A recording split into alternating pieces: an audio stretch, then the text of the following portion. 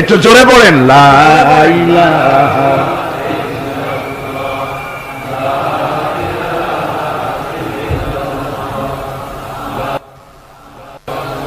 লা ইলাহা ইল্লাল্লাহু মুহাম্মাদুর রাসূলুল্লাহ। আমার ভাইরা, ওরা হযরতে খাব্বাবকে বেঁধেছে, খুঁটির সাথে বেঁধে চতুর্দিক থেকে তীর নিক্ষেপ করছে, তরবারি মারতেছে, শরীরের গোশত টুকরা টুকরা হয়ে পড়তেছে। তামাসসুহান নার ওয়া আইনুন বাকাত মিন খাশিয়াতিল্লাহ ওয়া আইনুন বাতাত তাহরিসু ফি সাবিলিল্লাহ, রাওয়াহু তিরমিজি। হযরত ইবনে আব্বাস রাদিয়াল্লাহু তাআলা তিনি বলছেন, আমি রাসূলুল্লাহকে বলতে শুনেছি, আল্লাহর নবী বলেছেন, দুইটি চোখকে জাহান্নামের আগুন দুইটা চোখকে স্পর্শ করবে না। একটা চোখ হচ্ছে গভীর রাত্রে যারা আল্লাহর ভয়তে জাহান্নামের ভয়তে যারা কান্দে, জাহান্নামের আগুন ওই চক্ষুকে স্পর্শ করবে না। আর যারা দিন প্রতিষ্ঠার জন্য, আল্লাহর দিন কায়েমের জন্য ময়দানে যারা লড়াই করে, রাতের বেলায় পাহারা দেয়, ওই পাহারারত চোখে চোখের মধ্যে জাহান্নামের আগুন ওই চোখে স্পর্শ করবে না। আমার ভাইরা, হযরত উসমান রাদিয়াল্লাহু তাআলা আনহু বলছেন, মান রাবাতা লাইলাতান ফি সাবিলিল্লাহ কানাত কাআলফি লাইলাতিন সিয়ামুহা ওয়া কিয়ামুহা। হাজার রাত ধরে রোজা রাখলে, হাজার রাত ধরে ইবাদত করলে, আর হাজার দিন ধরে রোজা রাখলে যে সওয়াব হবে, একটা ঘন্টা একটা রাত যদি কেউ পাহারা দেয় আল্লাহর দ্বীনকে প্রতিষ্ঠার জন্য, আল্লাহর দ্বীনের কোন ইসলামী রাষ্ট্রের প্রহরায় যদি কেউ নিয়োজিত থাকে, একটা রাতে পাহারা দিয়ে যে সওয়াব হবে, হাজার হাজার বছর ধরে নামাজ রোজা করে ওই সওয়াব পাওয়া যাবে না। সুবহানাল্লাহ। অর্থাৎ হাজার বছর ধরে নামাজ রোজা করার মতোই সওয়াব পাহারা দেওয়া আল্লাহর দ্বীনের ইসলামের রাষ্ট্রকে। বন্ধুগণ, রাসূল পাক সাল্লাল্লাহু আলাইহি ওয়াসাল্লাম তিনি বলেছেন, কিয়ামতের দিন জাহান্নামের আগুন আর জিহাদের ময়দানের ধুলি, এই দুটি একসঙ্গে কোন মানুষের পেটের মধ্যে প্রবেশ করবে না। রাসূল পাক সাল্লাল্লাহু আলাইহি ওয়াসাল্লামের একটি হাদিস যা মিশকাত শরীফের মধ্যে বর্ণিত আছে। মিশকাত শরীফের সম্ভবত 336 পৃষ্ঠায় এই হাদিসটি বর্ণনা করা হয়েছে যে হযরত ইবনে আইস রাদিয়াল্লাহু তাআলা আনহু হচ্ছেন এই হাদিসের রাবী। তিনি বলছেন, একবার হুজুর সাল্লাল্লাহু আলাইহি ওয়াসাল্লাম এক ব্যক্তির জানাজায় গিয়ে উপস্থিত হলেন। হযরত ওমর রাদিয়াল্লাহু তাআলা আনহু তখন হুজুরকে বললেন, হে রাসূল, আপনি এই লোকটার জানাজা পড়বেন? এই লোক তো ইসলামের এই ক্ষতি করেছে, সেই ক্ষতি করেছে, অমুক করেছে, এই লোকটার আপনি জানাজা পড়বেন? হুজুর তখন উপস্থিত লোকদের জিজ্ঞেস করলেন, হাজিরিন, তোমরা কি কেউ এই লোকটাকে কোন ইসলামের ভালো কাজ করতে দেখেছো? একজন লোক দাঁড়িয়ে গেলেন, তিনি বললেন, হে আল্লাহর নবী, আমি সাক্ষী, আমি দেখেছি। একটা মুজাহিদ বাহিনী জিহাদ করে ফিরতেছিল, তো এক জায়গায় তারা ডেরা গাড়লো, শিবির স্থাপন করলো, রাত কাটাবে বলে। আমি দেখেছি এই লোকটি সারা রাত সেই মুজাহিদদেরকে, সাহাবীদেরকে সারা রাত জেগে জেগে পাহারা দিয়েছে। আল্লাহর নবী জানাজার ইমামতি করলেন, আর এরপরে তাকে কবরের মধ্যে মাদফুন করে দিয়ে নবীজি তার কবরের পাশে দাঁড়িয়ে বললেন, ইন্না আসহাবাকা ইয়াযুন্নুনা আন্নাকা মিন আহলিন নার ওয়া আনা আশহাদু আন্নাকা মিন আহলিল জান্নাহ। নবীজি বলছেন, ও কবরবাসী, তোমার সাথীরা মনে করে তুমি জাহান্নামী, আর আমি নবী মুহাম্মদ সাল্লাল্লাহু আলাইহি ওয়াসাল্লাম সাক্ষী দিচ্ছি তুমি বেশক আল্লাহর বেহেশতি, তুমি অবশ্যই আল্লাহর জান্নাতে যাবে। এরপর হযরত ওমরের দিকে ফিরে রাসূলুল্লাহ বললেন, ওমর, মানুষের শুধু বাহ্য দৃশ্যটাই দেখো না, তার অন্তরের জজবাটাকেও কদর করো। সুবহানাল্লাহ বিহামদিহি। এই জিহাদের ময়দানে যারা কাজ করে, জান দেয়, মাল দেয়, আল্লাহ পাক তাদের উপরে রহম করে। এই জিহাদ হচ্ছে এক অগ্নি পরীক্ষা। এই জিহাদটা কি? অগ্নি পরীক্ষা। এমনি এমনি বেহেশতে যাওয়া যাবে না ভাই। আল্লাহ রাব্বুল আলামিন কোরআনে কারীমের মধ্যে বলেছেন, আহাসিবান নাসু আইয়ুতরাকু আইয়াকুলু আমান্না ওয়া হুম লা ইফতানুন। লোকেরা কি ভেবেছে নাকি যে ঈমান এনেছি এই কথাটা বললেই আমি বেহেশত দিয়ে দিব, মুমিন বলে সাজিদাই করব? না, যখনই তারা বলবে আমি মুমিন, আমি তখন তাকে অবশ্যই পরীক্ষা করব, এই পরীক্ষায় তাকে পাশ করতে হবে। কোরআনে কারীমে আল্লাহ রাব্বুল আলামিন অনেক জায়গায় এই কথাগুলি বলেছেন। এমনি এমনি ছেড়ে দেওয়া হবে না। আমি অতীতের লোকদেরকেও পরীক্ষা করেছি, তোমাদেরকেও পরীক্ষা করব। পরীক্ষা না দিয়ে কেউ তোমরা বেহেশতে যেতে পারবে না। এই জমিনে তোমাদের আগুনের পরীক্ষা দিতে হবে। পয়গম্বরেরা কষ্ট করেছেন, সাহাবায়ে কিরাম কষ্ট করেছেন। আল্লাহ রাব্বুল আলামিন তিনি বলছেন, আম হাসিবতুম আন তাদখুলুল জান্নাতা ওয়া লাম্মা ইয়াতিকুম মাসালুল লাযীনা খালাউ মিন ক্বাবলিকুম মাসাতহুমুল বাসাউ ওয়াদ-দাররাউ ওয়া যুলজিলু حتى يقول الرسول والذين معه متى نصر الله ألا إن نصر الله قريب। আল্লাহ রাব্বুল আলামিন বলেন, তোমরা কি মনে করেছো যে তোমরা বেহেশতে প্রবেশ করবে, অথচ তোমাদের পূর্বে যারা এই পৃথিবীতে এসেছিল তাদেরকে আমি যেমন পরীক্ষা করেছি ওরকম পরীক্ষা এখনো তোমাদের উপরে আসে নাই, ওরকম বিপদও আসে নাই, মুসিবতও আসে নাই। এমন বিপদ এসেছিল নবীদের উপরে, সাহাবায়ে কিরামদের উপরে, যে বিপদে মানুষ জর্জরিত হয়ে গিয়ে নবী এবং তার সাথী সঙ্গীরা এ কথা তারা মুখ থেকে বেরিয়ে গেছে, মাতা নাসরুল্লাহ, আয় আল্লাহ তোমার মদদ কখন আসবে, তোমার মদদ কখন আসবে? মার খেতে খেতে তো শেষ হয়ে গেলাম। এইভাবে যখন মার আসে চতুর্দিক থেকে আর মুমিনেরা ময়দানে পা জমায়ে টিকে থাকে দিন প্রতিষ্ঠার জন্য, আল্লাহ তখন খুশি হয়ে এক সময় ঘোষণা করে দিবেন, আলা ইন্না নাসরাল্লাহি করিব, আর দেরি নাই, আমার মদদ আমার সাহায্য তোমাদের জন্য অবধারিত। সুবহানাল্লাহ। আমার ভাইরা, বিষয়টা সহজ নয়। শুধু দুইটা সেজদা দিয়া, শুধু তাহাজ্জুদের কিছু নামাজ পড়িয়া আল্লাহর জান্নাতে যাওয়া এত সহজ নয়। রাস্তা খুব কঠিন, রাস্তা খুব।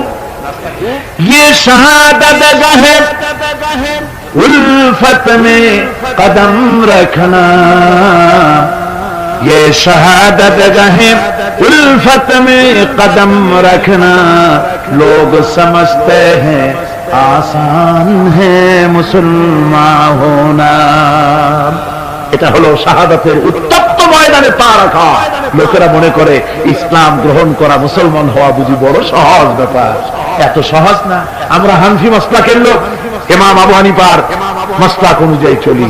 আমরা মনে করি বেহেশতে এমনি যাব, কিন্তু আমাদের ইমাম সাহেব কি করছেন ওই ইতিহাস আমাদের জানা নেই। খাজা বাবার মহব্বতে অস্থির।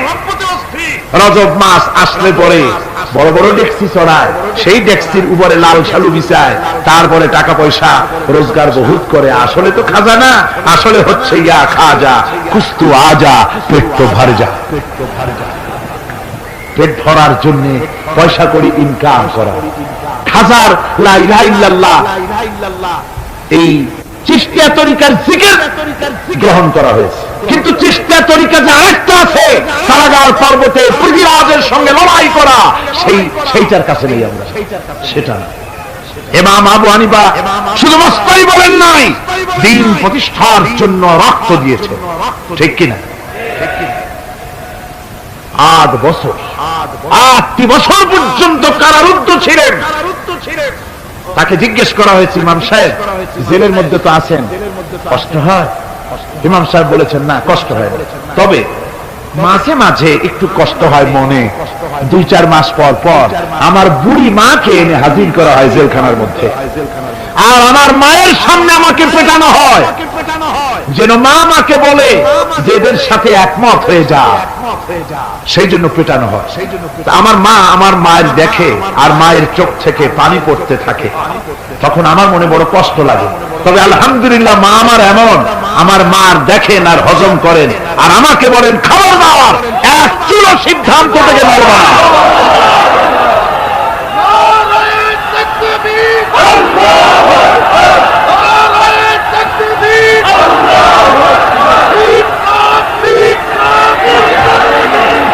ভাইরা, ইমাম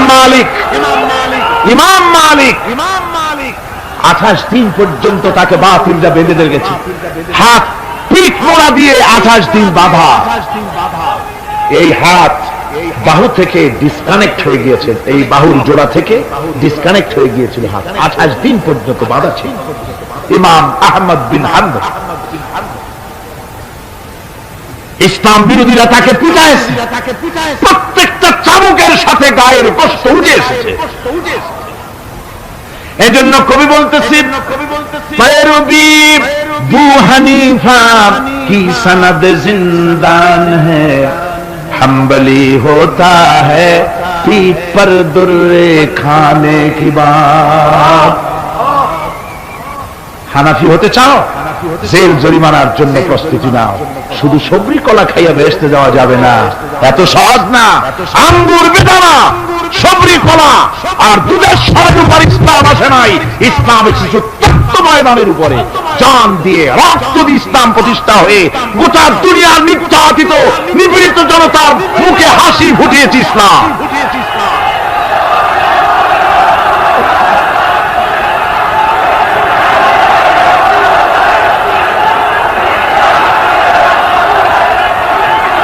আমার ভাইরা, এই জিহাদ যখন শুরু হয়ে যাবে, মুসলমানেরা যখন আল্লাহর দায় বিধান কায়েমের জন্য যখন লড়াইয়ের ময়দানে যখন ঝাঁপায়া পড়বে, সে ময়দানে যদি তাদের অস্ত্র কম থাকে, জনসংখ্যা কম থাকে, আল্লাহ রাব্বুল আলামিন ওয়াদা করেছেন, ওয়া কানা হাক্কান আলাইনা নাসরুল মুমিনিন। আল্লাহ রাব্বুল আলামিন বলেন, মুমিনরা যখন বিপদে পড়ে যায় তখন মুমিনদের সাহায্য করা আমি আল্লাহর জন্য ওয়াজিব হয়ে যায়। আমি আল্লাহর জন্য ওয়াজিব। আমার মুমিন ময়দানে মার খাবে আমার দ্বীনের জন্য, আর আমি তাকায় তাকে দেখবো না, তা হবে না। প্রাথমিক পর্যায়ে দেখবো যে তোমরা আসলেই দ্বীন প্রতিষ্ঠার জন্য লড়ো কিনা। তোমাদের বিবি বাল বাচ্চা তোমাদের সামনে শেষ হবে, ঘর বাড়ি চলে যাবে, চাকরি যাবে, সব যাবে, তারপরেও আমার দ্বীন প্রতিষ্ঠার জন্য ময়দানে টিকে থাকো কিনা। যদি তা থাকো তাহলে আমার মদত অবশ্যই হবে। আর কাফিরদের বিরুদ্ধে বিজয়ের জন্য রব্বুল আলামিন বলেছেন, ওয়া কাফাল্লাহুল মুমিনিনাল কিতালা ওয়া কানাল্লাহু কাবিয়্যান আজিজা। কাফিরদের বিরুদ্ধে লড়াইয়ের ময়দানে মুসলমানদেরকে সাহায্য করার জন্য আল্লাহই যথেষ্ট। কে যথেষ্ট? আল্লাহ যথেষ্ট। রব্বুল আলামিন বলেছেন, ওয়ালা তাহিনু ওয়ালা তাহজানু ওয়া আনতুমুল আলাউনা ইন কুনতুম মুমিনিন। কোনো ভয় নাই, কোনো চিন্তা নাই, যদি তোমরা মুমিন হও আমি আল্লাহ রাব্বুল আলামিন তোমাদেরকে বিজয়ী করব। ওয়াদা কার? আল্লাহর ওয়াদা কখনো মিথ্যা হয়? আল্লাহ কি মিথ্যা কথা বলেন? নাউযুবিল্লাহ। ওয়ামান আসদাকু মিনাল্লাহি কিলা। আমি আল্লাহর চাইতে সত্যবাদী আর কে হতে পারে? আল্লাহ পাক বলছেন, আমি সাহায্য করব তোমাদেরকে, যদি প্রয়োজন হয় তাহলে আমি ফেরেশতা দিয়ে সাহায্য করব। সুবহানাল্লাহ। আল্লাহ রাব্বুল আলামিন সূরা আল-আনফালের ভিতরে ঘোষণা করেছেন, দুনিয়ার মানুষকে তিনি শোনায় দিচ্ছেন নবীজির সঙ্গে সাহায্যের ব্যাপারে যে কথাবার্তাগুলি হয়েছিল। ইয তাস্তাগীসুনা রাব্বাকুম ফাস্তাজাবা লাকুম আন্নী মুমিদ্দুকুম বিআলফিন মিনাল মালাইকাতি মুরদিফিন। স্মরণ করো সেই সময়ের কথা যখন তোমরা আমার কাছে কাকুতি মিনতি করে সাহায্য কামনা করতেছিলে যে আমাদেরকে 1000 ফেরেশতা দিয়ে সাহায্য করা হোক। আল্লাহ পাক বলেন, আমি ফেরেশতা দিয়ে তোমাদেরকে ময়দানে সাহায্য করেছি, জিহাদের ময়দানে। সুবহানাল্লাহি বিহামদিহি। আল্লাহ রাব্বুল আলামিন বলেন, তোমরা যখন সাহায্য প্রার্থনা করেছিলে আমি সাহায্য তোমাদের দিয়েছি।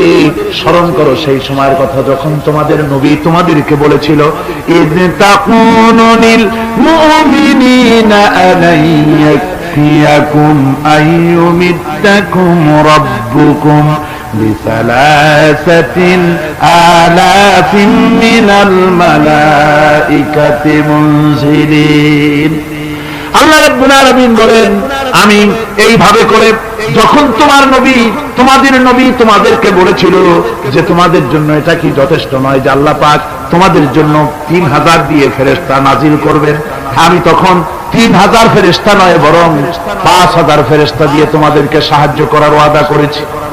3000 নয় 5000 চিহ্নযুক্ত ফেরেশতা নাজিল করে দিয়ে তোমাদের সাহায্য করব বলে আমি ওয়াদা করেছি। আজ সেই মদদ আল্লাহর পক্ষ থেকে আমাদের জন্য ওই মদদ আজও আসতে পারে। কবি বলছেন যায় বদরে পয়দা কুল ফিরিস্তে তেরি নুসরত কো উতর सकते गर्दों से कतर अंदर कतर अभी। বদরের মুসলমানদের মতো যদি ঈমান তোমাদের আসে তাহলে আজও আকাশ থেকে কাতারে কাতারে ফেরেশতা আমি আল্লাহ অবতীর্ণ করে দিতে পারি। সুবহানাল্লাহ বিহামদিহি। আমার ভাইরা, হযরতে সাদ বিন আবি ওয়াক্কাস রাদিয়াল্লাহু তাআলা আনহু তিনি কাদিসিয়ার যুদ্ধের পর যখন পারস্য দখলের জন্য চললেন, পারস নগর অবরোধ করলেন, সামনে পড়ল নদী, এই নদী পাড়ি দিবেন, সাথে তার হাজার হাজার সৈন্য, এই সৈন্য নিয়ে নদী পাড়ি দিবেন। জিজ্ঞেস করলেন সাহাবীদের, তোমরা কি চাও ইসলামের আন্দোলন, ইসলামের জিহাদ, আল্লাহর দ্বীন এখানেই শেষ হয়ে যাক, এটা চাও না ইসলামের এই কলেমার আওয়াজ নদীর ওপারেও নিয়ে যেতে হবে, অথচ আমাদের কাছে কোনো পারাপারের কোনো নৌকা নাই, কি করতে চাও? সাহাবীরা বললেন আমরা আপনার অর্ডার ফলো করব, আমরা এই নদীর ওপরে গিয়েও কালেমার পতাকাকে উড্ডীন করতে চাই, কালেমার সুশীতল ছায়াতলে গোটা দুনিয়াকে আনতে চাই। হযরতে সাদ তখন বললেন তাহলে তোমরা সবাই আমার পেছনে পেছনে এই দরিয়ার ভিতরে ঝাঁপিয়ে পড়ো আর আমার সঙ্গে সবাই উচ্চারণ করো নাস্তাঈনু বিল্লাহি ওয়া নাতাওয়াক্কালু আলাইহি হাসবুনাল্লাহু নি'মাল ওয়াকিল নি'মাল মাওলা ওয়া নি'মান নাসীর।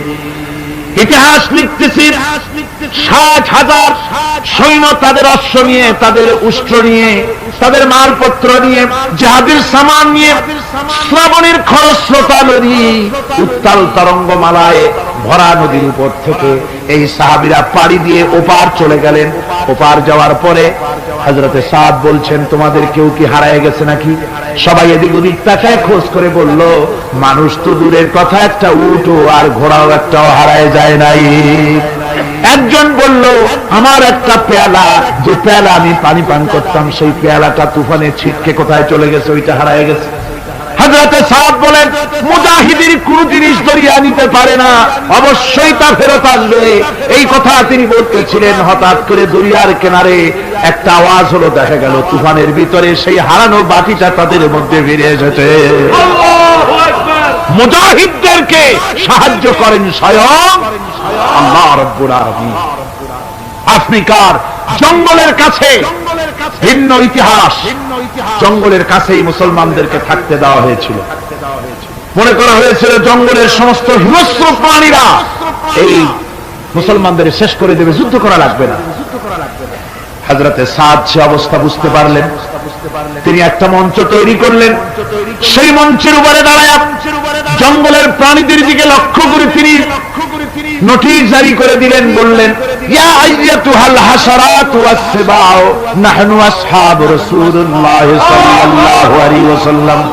হে জঙ্গলের হিংস্র প্রাণীরা, আমরা আল্লাহ রাসূলের সাহাবী, ফাইন্না নাজিলুনা ফামান ওয়াজাদনা বাদাহু কাতালনাহু। আমরা রাসূলের সাহাবী, এইখানে আল্লাহর দ্বীনকে কায়েম করার জন্য আমরা এসেছি, আল্লাহর কলেমার আওয়াজ নিয়ে আমরা এখানে রাত কাটাবো। সুতরাং এই জঙ্গলের ভিতরে হিংস্র প্রাণী যত আছো সব আমাদের এই জায়গা ছেড়ে অন্যত্র চলে যাও। আফ্রিকার জঙ্গলি মানুষেরা চিন্তা করলো মানুষের কথা কি জঙ্গলি প্রাণীতে শোনে নাকি, পাগলে কয় কি? তারা তাকায় তাকায় দেখলো হযরতে সাদের এই ঘোষণার পরে বাঘের কাতারে বাঘ, সিংহের কাতারে সিংহ, সাপের কাতারে সাপ, যার যার ডিম আর বাচ্চাগুলি মুখে কামড়ায়া সাহাবীদের এলাকা ছেড়ে দিয়ে তারা অন্যত্র চলে গেল। আমার মুসলমান ভাইরা, এই ছিল মুসলমানদের ইতিহাস। দিন প্রতিষ্ঠা করার কাজে মুসলমান এগোলে আল্লাহই মদত করেন। কে মদত করেন? বিশ্বকবি, কবি সম্রাট আল্লামা ইকবাল রহমতুল্লাহ আলাইহি বলেছেন, দস্ত দস্ত है दरिया भी न छोड़े हमने, दस्त दस्त है दरिया भी न छोड़े हमने, बर जुल्मत दौड़ा दिए घोड़े हमने। আমরা সেই মুসলমান, প্রান্তর তো প্রান্তর। আমরা দরিয়ার খরস্রোতা উত্তাল তরঙ্গের উপর থেকে ঘোড়া চাপড়িয়ে আফ্রিকার ভূখণ্ডে কালেমার পতাকা আমরা উড্ডীন করেছি। আমরা সেই মুসলমান।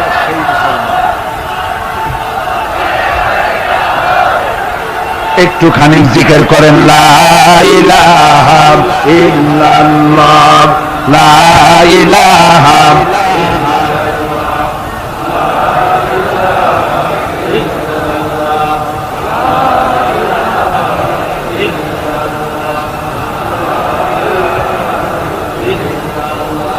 লা ইলাহা ইল্লাল্লাহু মুহাম্মাদুর রাসূলুল্লাহ।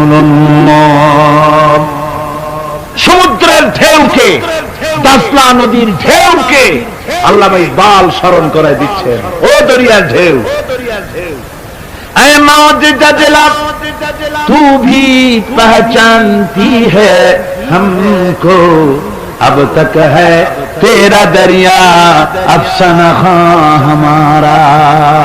হে টাইগ্রেসের উত্তাল উত্তাল তরঙ্গমালা, নিশ্চয় তোমার ভুলে যাওয়ার কথা নয় যে তোমার উপর থেকেই আমরা দরিয়া পার হয়ে উপরে গিয়ে কালেমার পতাকা উড্ডীন করেছিলাম।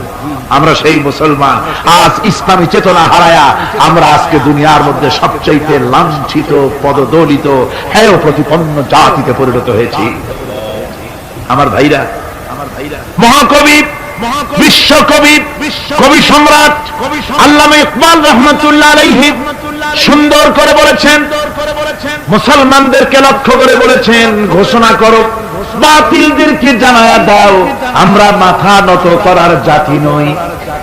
আমরা মাথা নত করার জাতি? ভারত আজ আমাদের দিকে চোখ রাঙায়, ভারত চোখ রাঙায় তাকায় আমাদের দিকে। দুনিয়ার অনেকেই আমাদের দিকে চোখ রাঙায়। বিশ্বকবি আল্লামা ইকবাল বলেছেন, বাতিল সে দবনে ওয়ালে আসমান नहीं हम, बातिल से दबने वाले आसमान नहीं हम, सौ बर कर चुका है तू इम्तिहान हमारा। বাতিলের সামনে মাথা নত করার জাতি আমরা নই। ওই আকাশ সাক্ষী, ওই জমিন সাক্ষী। আমরা মাথা দিয়েছি কিন্তু মাথা নত করি নাই, শির দিয়েছি আমামা দেই নাই। সে জাতি আমরা, সুবহানাল্লাহ। সেই জাতি আজ দুনিয়ার বুকে লাঞ্ছিত, পদদলিত হচ্ছে। কারণ কি? কারণ হচ্ছে একমাত্র এই যে আমরা আমাদের জীবনের উদ্দেশ্য ভুলে গিয়েছি। আমার ভাইয়েরা, আল্লাহর এই রাস্তায়, আল্লাহর এই দিন প্রতিষ্ঠার জন্য লড়াই হবে, জিহাদ হবে। জিহাদের কথাই বলতেছি। এই জিহাদ হলো পৃথিবীর নির্যাতিত, নিপীড়িত মানুষের মুক্তির জন্য জিহাদ। জিহাদ কি জন্যে? আমরা রাষ্ট্রপ্রধান হব, আমরা দেশ দখল করব, নেতৃত্ব দিব, এজন্য নয়। আমরা জিহাদ করব মানুষকে, মানুষের তৈরি করা মতবাদ, নির্যাতন থেকে, জুলুম থেকে, অত্যাচার থেকে মানুষকে বাঁচাবার জন্য, মানবতা নিগৃহীত, নির্যাতিত মানবতার মুখে মুক্তির হাসি ফুটাবার জন্য আমরা করব লড়াই। সেই লড়াইয়ে এগিয়ে আসতে হবে তরুণদেরকে। কাদেরকে? জোরে বলতে হবে, কাদেরকে? তরুণদের আসতে হবে, যুবকদের আসতে হবে। আমার আনন্দে বুক ভরে যায় যখন দেখি মাহফিলে, আজকে তো এই মাহফিল কোরআনে কারীমের কথা, এই ভূখণ্ডে আল্লাহ বলার তৌফিক দিয়েছেন 35টি বছর পার হয়ে গেছে। জীবনের 35টি বছর কোরআনে কারীমের সামান্য একটু খেদমত করার তৌফিক আল্লাহ পাক দান করেছেন। যখন এই কাজ প্রথম শুরু করি তখন দেখেছি মাহফিলে যারা আছে তাদের 95% দাড়ি পাকা বুড়া মানুষ। কিন্তু দিন যত যেতে লাগলো 71 পার হয়ে গেল, 72, 73, 74 এলো, আস্তে আস্তে দেখা গেল চিত্র উল্টে গেল। আজ মসজিদে তরুণদের জন্য জায়গা পাওয়া যায় না। যারা মসজিদে যায় সব তরুণ। যারা আগে হজে যেত সব বুড়া মানুষ, পাস করার আর কোন বয়স নাই, তখন যেত হজ করতে। এখন আলহামদুলিল্লাহ তরুণেরা যায় হজ করতে বেশিরভাগ। আজকের মাহফিল দেখুন, দাঁড়ায় দেখতে বলি নেই, জায়গায় বসে আর ডাইনে বা একটু তাকায় দেখেন কারা বেশি, দাড়ি পাকা না যুবক? যুবক আর তরুণ দিয়ে আল্লাহর এই মুজাহিদ, আল্লাহর এই গোলামদের দিয়ে আল্লাহ মাহফিল ভরে দিয়েছেন। জোরে কোন সুবহানাল্লাহ, জোরে কোন আলহামদুলিল্লাহ। এই তরুণ যুবকরাই হচ্ছে ইসলামের সম্পদ। ইসলামের সম্পদ কে? তরুণ আর যুবকেরা। তোমাদের অবদান ইসলামে সব চাইতে বেশি। মনে রাখবেন যুবকেরা, শোনো, ইসলাম প্রতিষ্ঠিত হয়েছে তোমাদের রক্তের উপরে। কাদের রক্তের উপরে? যুবকদের রক্তের উপরে। যারা ইসলাম প্রথম কবুল করেছিলেন তারা কিন্তু বুড়ো ছিলেন না কেউ। প্রথম যে ব্যক্তি ইসলাম কবুল করলেন হযরতে সাইয়্যিদুনা আবু বকর সিদ্দিক রাদিয়াল্লাহু তাআলা আনহু, বয়স ছিল 37 বছর। 37 বছর বয়সে দাঁত টাত পড়িয়া খুনখুনা বুড়া হয়ে গেছিল নাকি? হযরত ওমর ইসলাম যখন কবুল করেন তখন তিনি ছিলেন 26 বছরের তকবকে যুবক। যৌবনের রক্ত পা এবং মাথা পর্যন্ত শিরায় উপশিরায় ধাবমান এই যুবক হযরত ওমর 26 বছর বয়সের সময় ইসলাম কবুল করেন। হযরত আব্দুর রহমান বিন আউফ যখন ইসলাম কবুল করেন বয়স ছিল মাত্র 17 বছর। হযরত আলী যখন ইসলাম কবুল করেন তখন বয়স ছিল মাত্র 8.5 বছর। তোমাদের মতো তরুণেরা, যুবকেরাই সর্বপ্রথম কলেমার পতাকা ধারণ করে রাসূলকে সাহায্য করেছিল। সুবহানাল্লাহ।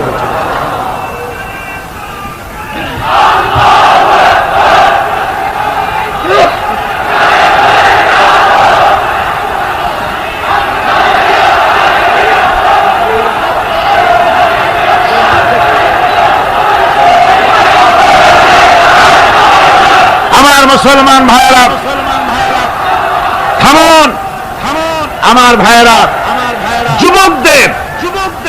যুবকদের অবদানই চিরকাল ইসলামে বেশি ছিল। তাই বলে যারা বৃদ্ধ মানুষ তাদের কিন্তু কোনো মন খারাপ করার কোনো কারণ নাই, ঠিক কিনা? যেহেতু আমরা যারা বয়সের প্রান্তে এসে গেছি আমরাও যৌবন কালটা পেরিয়ে এসেছি, ঠিক কিনা? আরেকটি কথা, কিয়ামতের দিন কোন বুড়ো মানুষ বেহেশতে যাবে না, সব যুবকরা যাবে। বেহেশতে যাবে কারা? বুড়োরা বোধহয় ভয় পেয়ে গেছে। রাসূল পাক সাল্লাল্লাহু আলাইহি ওয়াসাল্লাম বলেছেন, আমার কথা না, হুজুর বলেছেন কোন বুড়ো মানুষ বেহেশতে যাবে না, কোন কালো মানুষ বেহেশতে যাবে না। এখন রাসূল যদি বলেন তার কথাই তো আইন। হুজুর বলেন কালো মানুষ বেহেশতে যাবে না, একটা কালো মানুষ কাঁদলে তো পড়েই গেছে। হুজুর বলেন কেঁদো না, তুমি যখন বেহেশতে যাবে চাঁদের মতো সুন্দর চেহারা নিয়ে বেহেশতে যাবে। বুড়ার কান্না দেখে হুজুর বলছেন কেঁদো না, তুমি যখন বেহেশতে যাবে আল্লাহ তোমার যুবক বানায় পাঠায় দেবে। যেহেতু বেহেশত হচ্ছে যুবকদের জন্য, সুবহানাল্লাহ। অত নাজ নিয়ামত, অত আনন্দ, বুড়া মানুষে তো খাইয়ে খুঁয়ে বেহেশত নষ্ট করে ভালো। এই জন্য যৌবন দরকার, স্বাস্থ্য দরকার বেহেশত উপভোগ করার জন্য। সেই জন্য বেহেশতে যাবে কারা?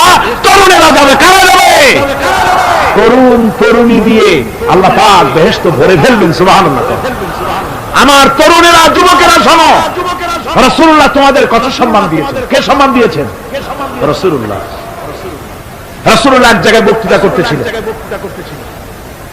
করছেন, এমন সময় দেখা গেল একজন তরুণ সাহাবী, নাম তার জারীর রাদিয়াল্লাহু তাআলা আনহু। চাঁদের মতো চেহারা তার ছিল, খুব সুন্দর চেহারা ছিল তার। হযরত জারীর বসতে না পেরে জায়গা পায় না, দাঁড়ায় আছে। রাসূল নিজের গায়ের চাদরটা খুলে জারিরের দিকে নিক্ষেপ করলেন, বললেন, জারির দাঁড়িয়ে আছো, আমার চাদর উপরে বসো। সুবহানাল্লাহ।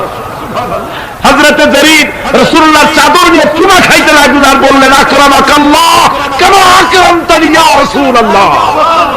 হে রাসূল, আল্লাহ আপনার সম্মান আরো আরো অনেক বাড়িয়ে দিক, যেমন আপনি আমাকে মর্যাদা দিলেন। হে রাসূল, আপনার চাদরে পৃথিবীর কোন মানুষ বসতে পারে? আমার তরুণ ভাইয়েরা, আমার যুবক ভাইয়েরা, তোমাদেরকে রাসূল মহব্বত করতেন, ভালোবাসতেন সবচেয়ে বেশি। তোমরা আজ বাতিলের শিকার। কার শিকার? বাতিলের শিকার। তোমাদেরকে কি দেওয়া হয়? যে সব রাজনৈতিক দলের যুবক যারা তোমরা এখানে আছো, জিজ্ঞেস করি তোমাদের নেতারা তোমাদেরকে কি দেয়? দেয় অস্ত্র, দেয় টাকা, দেয় নারী ভোগ করার জন্য পয়সা, তোমাদের চরিত্র ধ্বংস করার জন্য সব রকমের হাতিয়ার তুলে দেয়। তোমাদের হাতে শোভা পায় কলম, হাতে শোভা পায় খাতা, হাতে শোভা পায় বই। বই খাতা কলমের পরিবর্তে তোমাদের নেতারা তোমাদের হাতে তুলে দেয় স্ট্রেন গান, তুলে দেয় হেরোইন, তুলে দেয় টাকা। এরা তোমাদের নেতা নয়, এরা তোমাদের জীবনের দুশমন। কি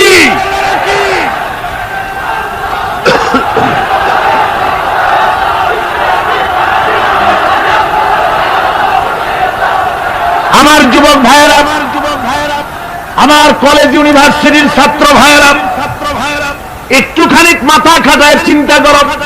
তোমার নেতারা যারা ঢাকা থেকে আসে বা এখানে বাস করে, ওই নেতারা যখন রাজনৈতিক প্রোগ্রাম করতে আসে, তখন কি একবারের জন্য তোমাদেরকে বলে, ও ছেলেরা তোমরা কি নামাজ ঠিক মতো পড়ো কিনা? বলে? এই যে রোজা আসতেছে, খবরদার বাবারা তোমরা রোজা রেখো, এরকম কথা বলে নাকি? তোমার ওস্তাদদের সম্মান করো, এ কথা বলে নাকি? বরং টাকা দেয়, পয়সা দেয়, যে শিক্ষক তোমার মতের উল্টা করবে, ঠ্যাঙ্গাইয়া জনমের মতো টাইট করে দিবা। ঠিক কিনা? তোমার নেতারা কি কোনদিন বলে নাকি, ও আমার সংগঠনের ছেলেরা মা বাপের খেদমত করবে, মা বাপের সম্মান করবে, খবরদার মা বাপের সঙ্গে বেয়াদবি করবে না, সন্ত্রাস করবে না, অস্ত্রবাজি করবে না, মানুষকে কষ্ট দিবে না, এমন কোন কথা বলে না। আমার যুবকেরা শোনো, ওরা টাকা দিয়ে, অস্ত্র দিয়ে, পয়সা দিয়ে, মদ দিয়ে, ওরা নিজেদের ক্ষমতা টিকায় রাখার জন্য তোমাদেরকে লাঠির মতো ব্যবহার করে। সুতরাং আজকে তরুণদেরকে বুঝতে হবে, তরুণেরা ভালো করে বোঝো, তোমরা রাসূলের সৈনিক।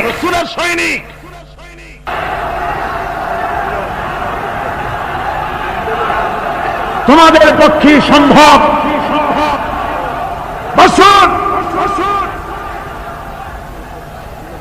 আমি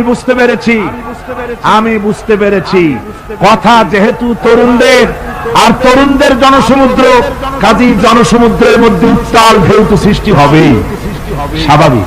কিন্তু সেই স্বাভাবিকতার সুযোগ নিয়ে দাঁড়ায় বিশৃঙ্খলার সৃষ্টি করবেন না। আমার ভাইরা, আমরা ইসলাম আমাদের আদব শিক্ষা দেয়। কি শিক্ষা দেয়?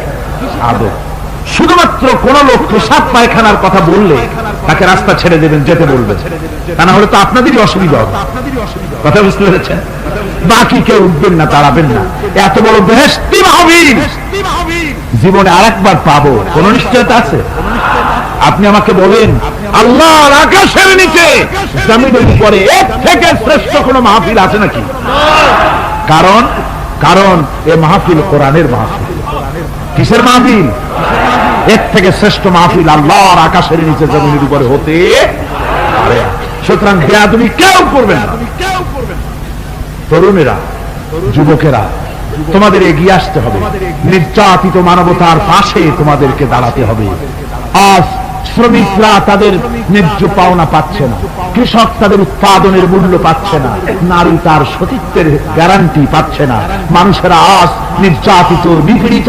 সারা পৃথিবীতে Bosnia, Algeria, Somalia, Palestine, Kashmir, Burma, Philippines, Bharat, পৃথিবীর সর্বত্র নির্যাতিত মুসলমানদেরকে বাঁচাবার জন্য আমার খালিদ বিন ওলীদের উত্তরসূরিরা, সালাউদ্দিন আইয়ুবী, জামালউদ্দিন আফগানি, হযরত আলী উত্তরসূরি, আজকের মাহফিলের যুবক আর তরুণরা, তোমরা কি রক্ত দিতে পারবে?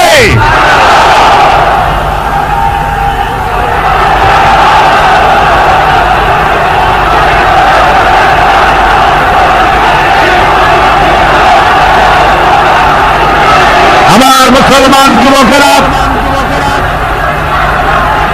আল্লাহর রাস্তায় আল্লাহর রাস্তায় আল্লাহর রাস্তায় রক্ত দিলে তার অবস্থা কি হবে শোনো।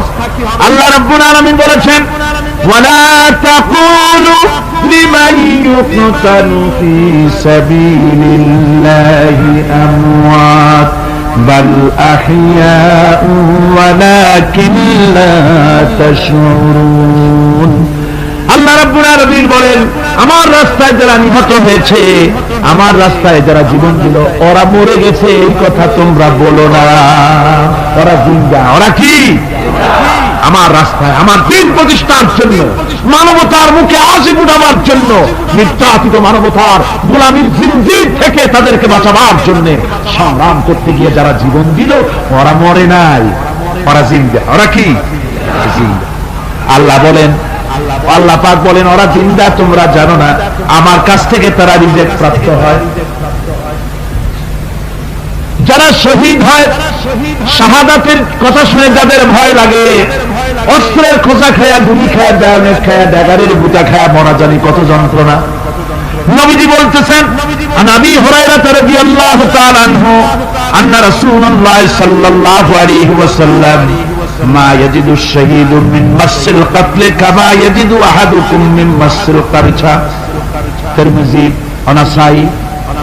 আল্লাহ নবী বলেছেন, হযরত আবু হুরায়রা হাদিসটি বর্ণনা করেছেন, নবীজি বলেছেন, শাহাদাতের মওত হলো তোমাদের কেউ যদি আরেকজনকে একটা চিমটি কাটে, ওই চিমটি কাটায় যতটুকু যন্ত্রণা, শাহাদাতের মওতের এর চাইতে বেশি কিছু যন্ত্রণা নয়। শাহাদাতের মওতটা হচ্ছে একটা সেতু। এটা কি সেতু? এটা ব্রিজ। এপারে দুনিয়া, ওপারে আল্লাহ। সুবহানাল্লাহ ওয়া বিহামদি। মরার সাথে সাথে দিদার ইলাহি নসিব হয়ে যাবে। সুবহানাল্লাহ। সাহাবায়ে কেরাম, আপনি চিন্তা করেন, তাদের মা বাবা, বিবি, বাল বাচ্চা, সন্তান সবকিছুকে ফেলে রেখে আল্লাহ দ্বীনের জন্য রক্ত দিতে পেরেছেন। কি কারণে? জীবনকে তাদের কাছে তুচ্ছ মনে হয়েছে। এই জীবন জীবন নয়, ওই জীবনই তো সবচেয়ে সেরা জীবন, যে জীবনে আমার মাওলা আমার উপরে খুশি হয়ে যাবে, আমার মাবুদ আমার উপরে খুশি হয়ে যাবে। ওইটা হচ্ছে সবচেয়ে নিয়ামতের মৌত। এই জন্য হুজুর সাল্লাল্লাহু আলাইহি ওয়াসাল্লাম বলেছেন, কেউ যদি শাহাদাতের তামান্না করে দিল থেকে, সে যদি তার বিছানায় মরে, আল্লাহ পাক ওটাকে শাহাদাত হিসেবে ধরে নেবে। হযরত ওমর রাদিয়াল্লাহু তাআলা আনহু দোয়া করতেন, আল্লাহুম্মা রযুকনি শাহাদাতান ফি সাবিলিক ওয়াজআল মাউতি ফি বালাদি রাসূলিক। আয় আল্লাহ, তুমি দয়া করে মেহেরবানি করে আমাকে শাহাদাতের পেয়ালা পান করাও। শাহাদাতের মওত সবচেয়ে নিয়ামতের মওত। কিয়ামতের দিন এই শহীদ তার আত্মীয়-স্বজনের ব্যাপারে 70 জন লোকের ব্যাপারে আল্লাহর কাছে সুপারিশ করার মতো পাওয়ার লাভ করবে। শহীদ ভাইরা, এই শাহাদাত নসিব হওয়ার জন্য তামান্না আমাদের দিলের মধ্যে থাকা উচিত। আল্লাহ দ্বীন প্রতিষ্ঠার জন্য প্রয়োজনে আমরা জান দিব, মাল দিব। পারবো না? পারবো কিনা? আমার ভাইরা, আব্দুল উজ্জা মক্কা শরীফে বাড়ি, 20 বছরের যুবক, পরিবারের মধ্যে সবসময় চায়, এতিম মানুষ, বাপ মারা গেছে একেবারে ছোট অবস্থায়, খুব গরিব। চাচা তাকে বড় করেছে, চাচা তাকে ঘর দিয়েছে, বাড়ি দিয়েছে। বুখারীর হাদিস, বুখারী শরীফ এসেছে। বাড়ি, ঘর, জায়গা, জমি, সোনা দানা, টাকা পয়সা, উট ঘোড়া সব দিয়েছে, প্রতিষ্ঠিত করে দিয়েছে। কিন্তু আব্দুল উজ্জা শান্তি পায় না। রাসূল পাক সাল্লাল্লাহু আলাইহি ওয়াসাল্লাম দ্বীনের দাওয়াত দিচ্ছেন, মন চায় তাওহীদের এই সুরা সেও পান করে, কিন্তু চাচার ভয়তে পারে না। মনটা চাচ্ছে, হা চাচা যদি ইসলাম কবুল করতো তাহলে আমার জন্য ব্যাপারটা সহজ হয়ে যেত। এভাবে চিন্তা করতেছে। হঠাৎ একদিন রাসূল পাক সাল্লাল্লাহু আলাইহি ওয়াসাল্লাম হিজরত করলেন। এরপরে আব্দুল উজ্জার ধৈর্যের বাঁধ ভেঙে গেল। আব্দুল উজ্জা গিয়ে বলছে, চাচা, মুহাম্মদ সাল্লাল্লাহু আলাইহি ওয়াসাল্লামের নাম তো নিশ্চয়ই শুনেছেন। বলে, হ্যাঁ শুনেছি। তিনি যে ইসলামের দাওয়াত দেন, ওটা আপনার কাছে কেমন লাগে? তার মানে বলছে যে, আমার কাছে তো খুব ভালো লাগে। চাচা, ইসলাম কি কবুল করবেন? এই অগণিত মূর্তির সামনে মাথা নত করে আমাদের কোনো লাভ নাই। এই মূর্তিগুলি আমাদের কোনো সাহায্য করতে পারে না। এক আল্লাহ বিশ্বাস করার জন্য মুহাম্মদ সাল্লাল্লাহু আলাইহি ওয়াসাল্লাম আমাদের বলেছেন। চাচা বলছে খবরদার, এই কথা যদি আবার উচ্চারণ করো তাহলে আমি তোমাকে যা দিয়েছি সব ছিনায় এনেছি। আব্দুল উজ্জা বলছেন তাহলে আর আমি সহ্য করতে পারলাম না চাচা, আপনার সামনেই আমি ঘোষণা করলাম, একদিন চাপা রেখেছি আর পারলাম না, আমি ঘোষণা করে দিলাম লা ইলাহা ইল্লাল্লাহু মুহাম্মাদুর রাসূলুল্লাহ। চাচা বলল তুমি এর পরিণতি জানো? আব্দুল উজ্জা বলল কি পরিণতি? চাচা বলতেছি কলেমা পড়ার কারণে আমি তোমাকে যা দিয়েছিলাম, ঘোড়া দিয়েছি, উট দিয়েছি, বাড়ি দিয়েছি, সব আমি তোমার কাছ থেকে ছিনাইলাম, সব ফেরত দিতে হবে। তিনি বললেন আমি রাজি আছি, আমি রাজি আছি, আপনি আমার সোনা দানা, ঘোড়া, উট আর ঘর বাড়ি যা দান করেছেন এই দুনিয়াটার মালিক যদি আমার বানাই দিতেন, আমি এর বিনিময়ে কলেমা পড়া থেকে আর আমি নিজেকে থামায় রাখতে পারি না। বলে আমার সব আমাকে ফেরত দাও। বলল দিলাম, যা আপনি দিয়েছেন সব আপনাকে ফেরত দিলাম। চাচা বলছে জায়গা জমি, টাকা পয়সা, সোনা দানা সব পেলাম, তোমার গায়ে যে জামা, তোমার পরনের যে লুঙ্গি, ওটা আমার টাকার খোলো। আব্দুল উজ্জা বললেন আপত্তি নাই, জামা খুলে দিলে, পরনের লুঙ্গিটাও খুলে দিলেন। 20 বছরের যুবক এই অবস্থায় চলে গেলেন মায়ের কাছে। মা আব্দুল উজ্জাকে এই অবস্থায় দেখে দুই চোখ চেপে ধরলেন, বললেন বাবা তোমার এই অবস্থা কেন? ছেলে বলছে মা ইমান আনার কারণে আমি সব হারায় ফেলেছি, আমার আর কিছুই নাই, ইমান আনার কারণে আমার এই অবস্থা হয়েছে। মা বলছে বাবা আমার কাছে কি চাও? ছেলে বলছে মা আমি চলে যেতে চাই মদিনায়, আল্লাহর নবী মুহাম্মদুর রাসূলুল্লাহ সাল্লাল্লাহু আলাইহি ওয়াসাল্লামের দরবারে চলে যেতে চাই, আমি একটু বস্ত্র চাই। মা একটা পুরানা কম্বল তার হাতে দিয়ে দিলেন। আব্দুল উজ্জা কম্বলটাকে ছিঁড়ে এক টুকরা কোন রকম হাঁটুর উপরে জড়ায় নিলেন, আর এক টুকরা গায়ে দিয়ে নিলেন। আব্দুল উজ্জা আবার বহু কষ্ট করে মরুভূমির পাড়ি দিয়ে মদিনা মুনাওয়ারায় চলে গিয়ে বাবি জিবরিল থেকে ঢুকে আসহাবে সুফফার চবুতরার সামনে বসে আছেন, ছেঁড়া কম্বল পরা। এবার বিশ্ব নবী, দুনিয়া আখিরাতের বাদশা জনাব মুহাম্মদ রাসূলুল্লাহ সাল্লাল্লাহু আলাইহি ওয়াসাল্লাম যখন মসজিদের নিজের ঘরের থেকে দরজা খুলে বেরিয়েছেন, দেখেন এক যুবক বসা, একটা আধাটা কম্বল পরা, হাঁটুর উপরে কোন রকম করে রানটা, লজ্জাস্থানটা ঢাকার, গায়ে একটা ছেঁড়া কম্বল।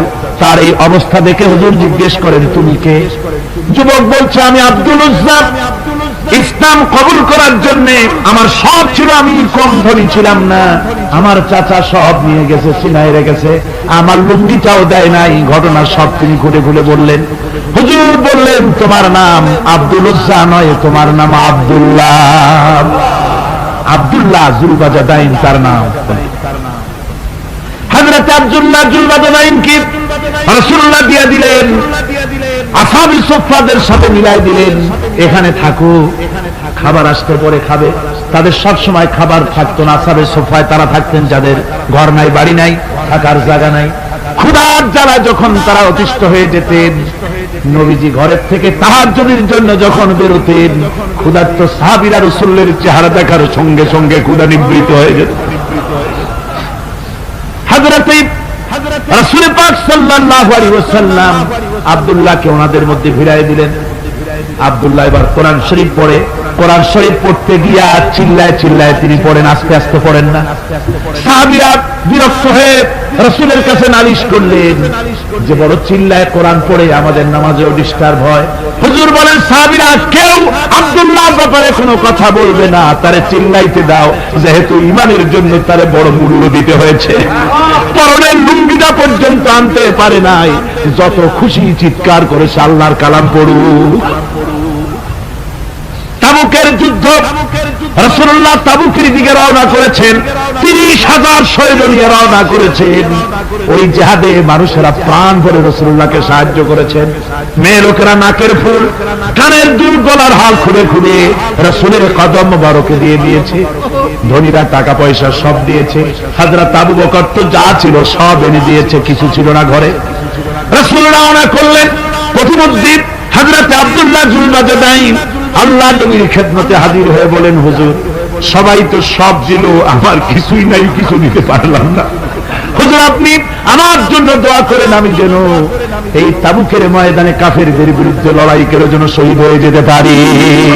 মাল দিতে পারি নাই, কিন্তু আল্লাহর জন্য যেন আমার জীবনটা দিয়ে দিতে পারি। ও চট্টগ্রামের যুবকেরা, তরুণেরা, তোমাদের মতো 20 বছরের তরুণ হযরত আব্দুল্লাহ জুলবাজাদাইন শাহাদাতের তামান্না করে রিসালাতে মাহবের কাছে দাঁড়িয়েছে। হুজুর বললেন একটা গাছের বাকল নিয়ে আসো। একজন একটা বাকল নিয়ে এলো। রাসূলুল্লাহ এই বাকলটা আব্দুল্লাহ জুলবাজাদাইনের হাতে লাগাই দিলেন। রাসূলুল্লাহ বললেন, আয় আল্লাহ, আমি আব্দুল্লাহর রক্ত কাফেরদের জন্য হারাম করে দিলাম। হযরত আব্দুল্লাহ বলছেন, ইয়া রাসূলুল্লাহ, আমি চাইছিলাম শহীদ হব, আর আপনি আমার রক্তটা হারাম করে দিলেন কাফেরদের জন্য।